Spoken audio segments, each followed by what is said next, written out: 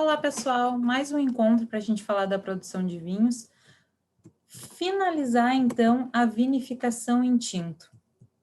A gente vinha estudando, então, esse esquema de operações básicas da vinificação em tinto e hoje a gente vai finalizar com a estabilização da nossa bebida. A gente tinha parado aqui nesse slide falando que a fase de estabilização é tanto mais longa quanto maior for o potencial de guarda do vinho. Então, dependendo da característica que a gente quer na nossa bebida, a gente vai conduzir a estabilização de diferentes maneiras. Mas uma coisa que a gente tem que compreender é que quando termina a fermentação alcoólica e depois a fermentação malolática, o vinho ainda não está apto para ser engarrafado porque ele não tem limpidez e estabilidade suficiente para ter uma conservação adequada. Por quê? Porque ele tem diferentes compostos orgânicos, como ácidos, polifenóis, polissacarídeos e proteínas, além das leveduras autorizadas, que podem causar uma instabilidade nessa bebida, uma precipitação, uma turvação, que precisa ser corrigida para que a gente consiga comercializar essa bebida com uma conservação adequada, com uma estabilidade adequada. Então, como nós temos diferentes compostos, nós vamos ter diferentes tipos de estabilização. A gente vai começar com a estabilização dos ácidos, que é denominada também estabilização tartárica, que ela é uma das principais para o vinho tinto e também para os vinhos engarrafados. Quando os vinhos são resfriados, há a formação de sais de potássio ou cálcio a partir da reação desses cátions com o ácido tartárico. Então, em geral, o ácido tartárico reage com potássio, formando bitartarato de potássio, que precipita na forma de cristais e que para o consumidor é uma característica indesejável para o produto.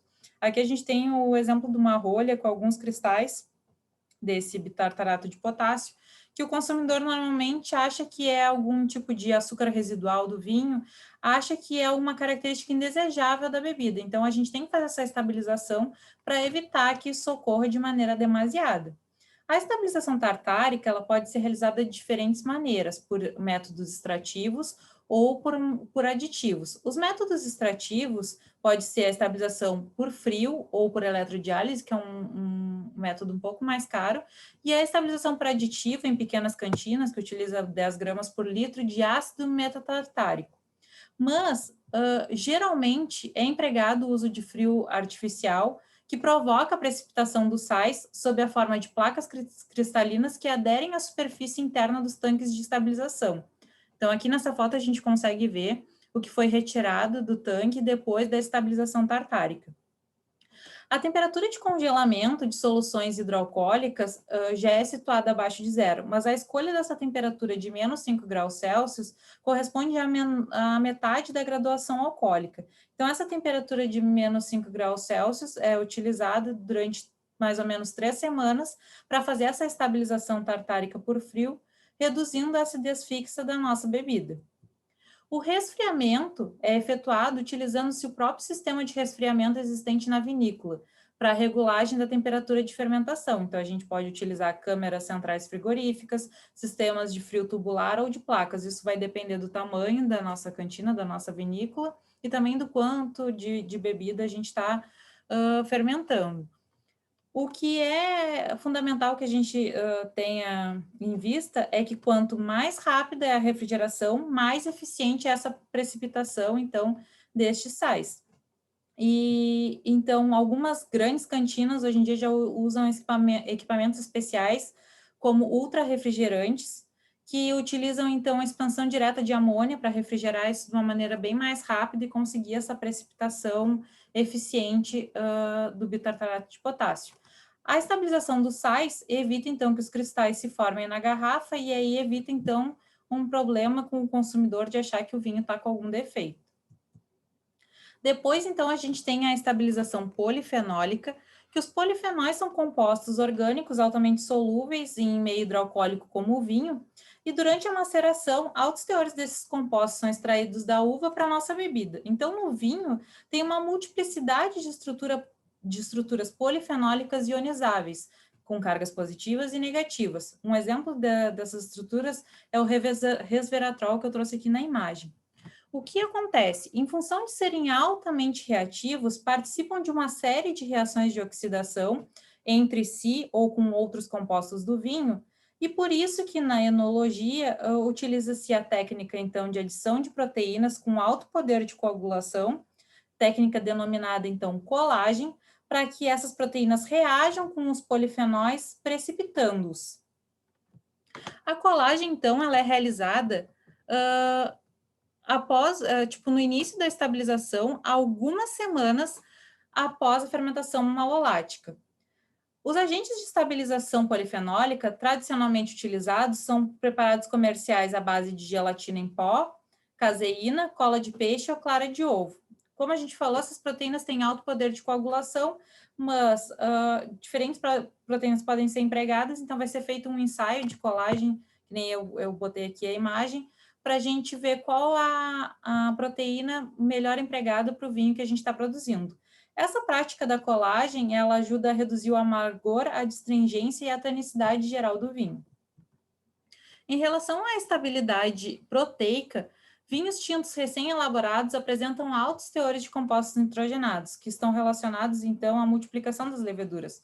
A gente estudou isso na nossa primeira aula, que compostos nitrogenados são fatores que afetam a fermentação, eles são necessários para a multiplicação das leveduras, mas nesse caso da estabilização proteica, esses mesmos compostos nitrogenados reagem com os compostos fenólicos, formando complexos de alto peso molecular.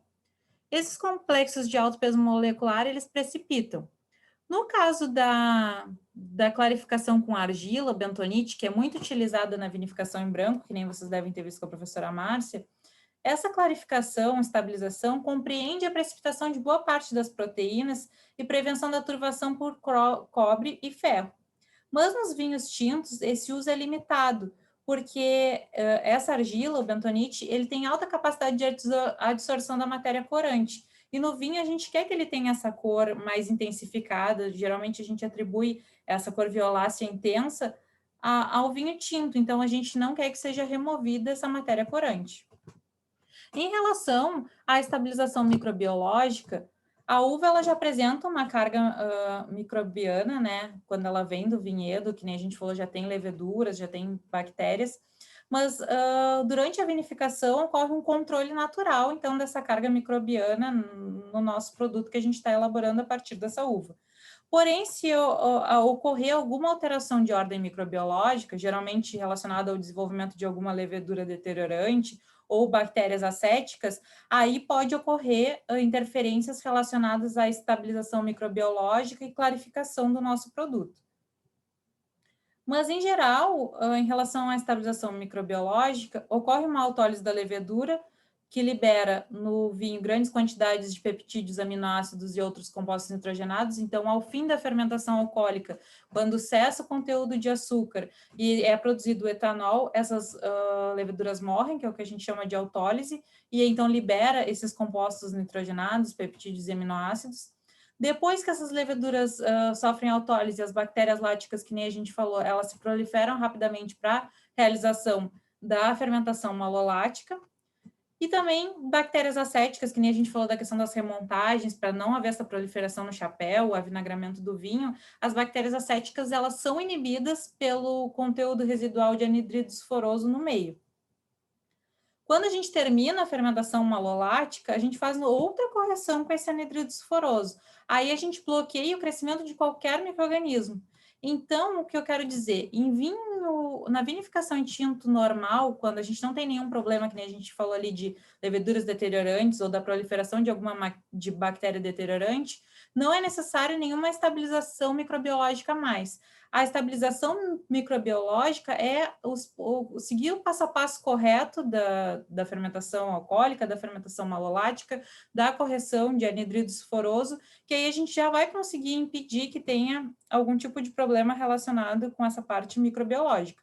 Também é necessário um controle analítico e rigoroso do protocolo de práticas de sanitização e higiene, a fim de prevenir o crescimento de micro-organismos no vinho engarrafado. Então, como a gente sabe, qualquer indústria de alimentos precisa de toda essa questão de higiene, sanitização dos ambientes, dos manipuladores, dos materiais de envase, das garrafas. Então, se eu não tiver nenhum problema durante o processamento do meu vinho, se eu não tiver nenhum defeito, nenhuma deterioração microbiológica, e eu assegurar que eu tenho condições de higiene adequada, que na minha vinícola, na minha cantina, eu tenho esse controle de boas práticas, questão de sanitizante, da sanitização adequada, eu vou conseguir ter uma estabilidade microbiológica sem nenhum outro tipo de recurso, sem aplicação de nenhum outro método a mais.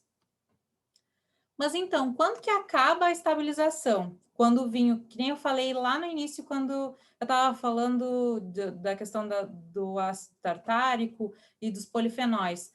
O vinho, para acabar a estabilização e o vinho estar pronto, ele tem que se encontrar límpido, brilhante, com aroma secundário agradável e ausência completa de sinais de instabilidade. Então, a gente não pode ter turvação, a gente não pode ter nenhum tipo de precipitação.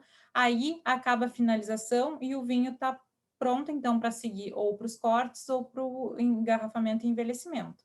Então, a verificação por análise de controle de qualidade, que a gente vai ver, então, a questão dos teores de anidrido sulfuroso residual, porque tem toda aquela questão de alergenicidade, da questão de garantir a qualidade microbiológica do nosso produto, e os teores de oxigênio dissolvido, e todas as variáveis que estejam atreladas aos parâmetros ótimos, então, da nossa bebida, se a gente verificar que está tudo ok, então o vinho está apto a ser engarrafado. Depois que eu termino toda essa questão de estabilização, que o meu vinho está ok para ser engarrafado, existem duas maneiras de prosseguir. Ou eu posso envasar esse vinho conforme ele foi elaborado a partir de uma uva, por exemplo, Cabernet Sauvignon. Eu posso envasar ele, engarrafar, ou eu posso misturar, por exemplo, que nem a gente citou lá, diferentes tipos de vinhos que a gente mistura, por exemplo, uma uva com uma coloração mais tinta para dar essa coloração que a gente deseja no nosso vinho, com outra uva que tem uma coloração um pouco mais clara. Quando a gente mistura, por exemplo, dois tipos de vinho tinto, a gente tem os que a gente chama de corte, ou assemblage, do termo francês. O objetivo, então, desses cortes é o produto final mais harmônico, evitando o excesso ou a deficiência de certos componentes. Então, como eu falei, às vezes a gente quer dar mais cor para a nossa bebida, a gente mistura, então, diferentes tipos de vinho para a gente conferir, então, essa característica. Os cortes são realizados de acordo com a conveniência, então, aí, conforme, né, do vinho que a gente quer elaborar, da maneira como a cantina trabalha, então, aí a gente vai ver como realizar esses cortes e se vai realizar ou não. E uma vez depois de realizados os cortes, aí faz as últimas correções antes do engarrafamento, então daí a gente faz ou não uma nova correção de anidrido sulfuroso. E pode haver adição de goma arábica, que é eventual em vinhos tintos, para melhorar a capacidade coloidal do vinho. Então, para manter toda a suspensão, para a gente não ter nenhum tipo de separação de partículas ou de fase. Mas isso é eventual, essa adição de goma arábica.